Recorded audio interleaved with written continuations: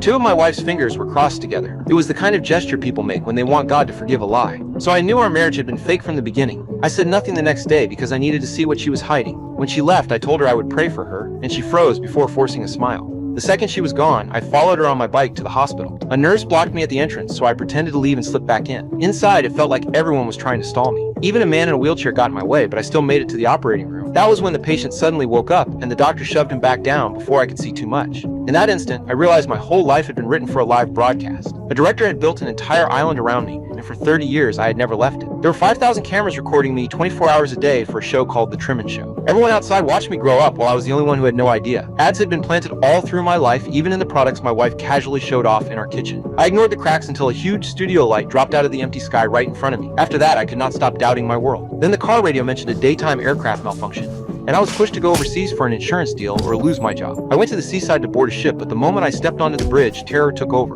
My legs failed me at the sight of the water, and I backed off. Later, I understood that fear had been planted in me on purpose. When I was a child, my father vanished in a storm at sea after losing his footing and falling into the water. I had watched him disappear, and that trauma controlled my life ever since. Then, at work, I saw a man by the road who looked exactly like my dead father. Before I could reach him, several people rushed in and dragged him away. I ran after them, but new obstacles kept appearing in my path. In the end, they shoved him onto a bus, and he vanished right in front of my eyes.